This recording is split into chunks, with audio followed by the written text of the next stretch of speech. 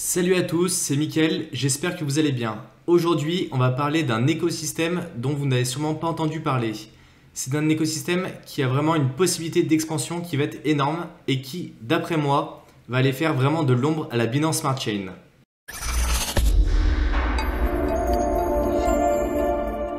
Alors si tu es nouveau sur cette chaîne YouTube, sache qu'on est une chaîne YouTube dédiée à l'investissement dans le secteur des crypto-monnaies. On t'a préparé un petit guide que tu pourras retrouver directement dans la description, donc n'hésite pas à le télécharger. Aujourd'hui, on va parler de la EcoChain.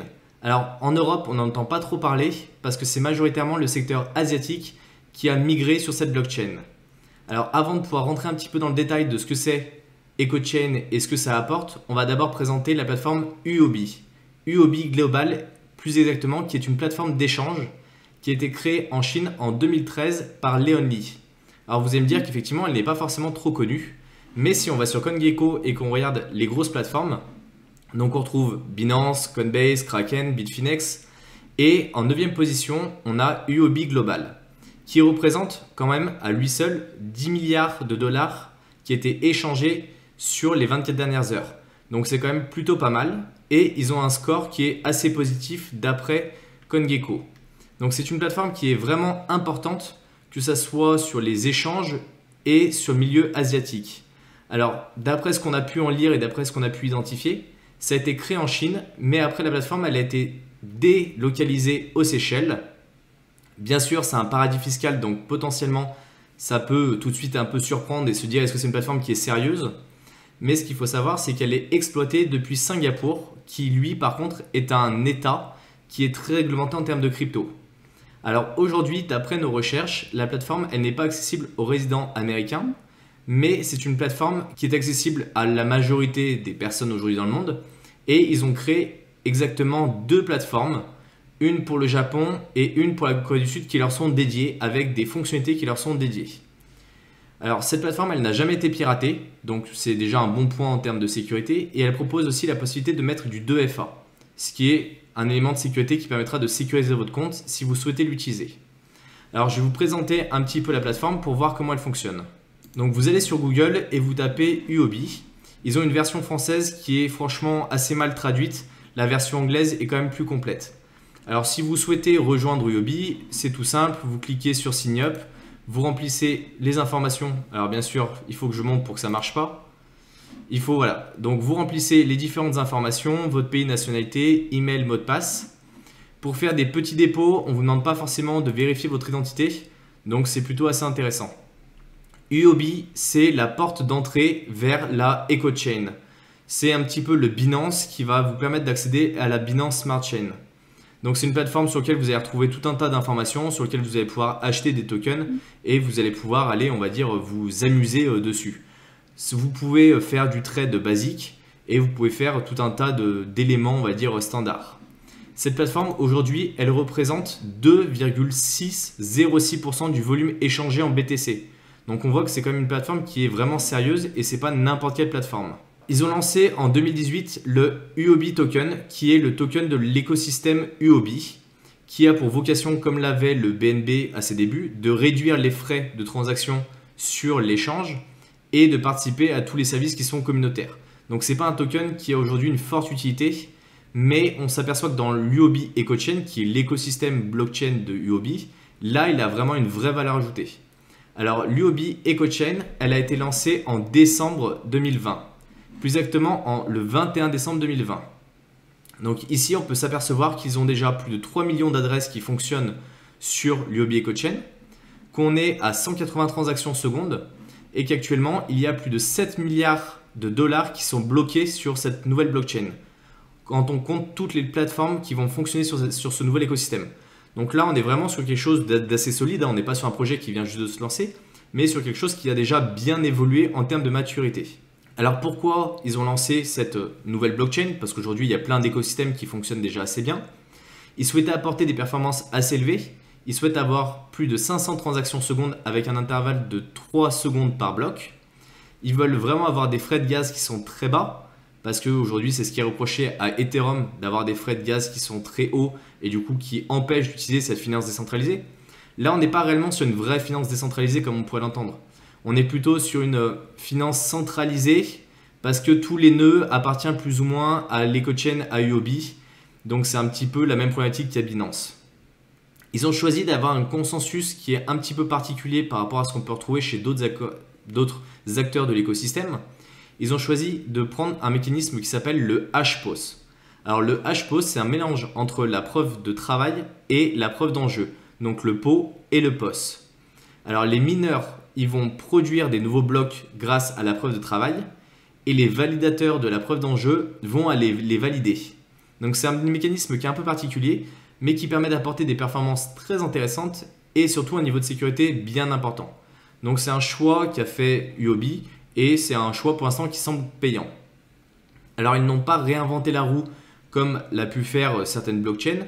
Ils ont fait comme l'a fait la Binance Smart Chain, c'est-à-dire qu'ils sont allés se baser sur l'EVM, donc la machine virtuelle d'Ethereum, pour pouvoir se raccorder. Et ce qui fait qu'aujourd'hui, on a plusieurs plateformes qui sont cross-chain, qui vont pouvoir fonctionner sur Binance, la Binance Smart Chain, et directement sur EcoChain. Et tous les développeurs qui souhaitent apporter des nouvelles applications sur l'EcoChain, ils codent en Solidity. Donc ils sont déjà appris à coder du Solidity pour Ethereum, donc ils peuvent très bien redévelopper leur plateforme directement pour l'EcoChain. Donc c'est vraiment un élément qui est majeur en fait sur ça. Alors UOB, il va avoir une force très importante dans l'écosystème EcoChain parce qu'ils vont apporter tout d'abord un soutien économique.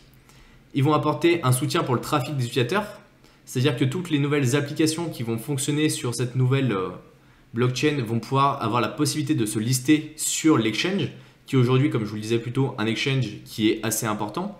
Et vont fournir également des services marketing à toutes les plateformes qui souhaitent se développer sur cette EcoChain.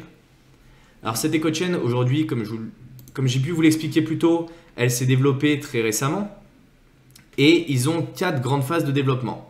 Donc la première qui s'appelle Tinder, qui a été lancée le 21 décembre 2020 avec le lancement de l'EcoChain. Alors qu'est-ce qu'ils souhaitaient apporter d'abord dans cette première partie? Donc dans cette première étape, ils souhaitaient compléter les fonctions de base, améliorer les performances. Tout à l'heure, on a pu voir qu'on était à 180 transactions secondes. Ils veulent monter jusqu'à 500 transactions secondes. Ils veulent réduire encore les frais de gaz. Et surtout, ils veulent faire incuber l'écosystème pour vraiment qu'il se développe et qu'il apporte de grandes choses, on va dire, à l'écosystème blockchain et à l'écosystème crypto-monnaie. Ensuite, on va avoir la phase qui s'appelle la phase Spark, qui, elle, va être déployée plutôt en Q3 2021 et qui va proposer des boîtes à outils pour les développeurs qui veulent aller sur ce nouvel écosystème. Donc des éléments qui sont tout préparés, qui permettraient facilement à des personnes qui veulent aller ajouter leurs applications sur cet écosystème de pouvoir le faire sans être contraints d'utiliser des anciens outils ou des outils qui ne fonctionnent pas bien.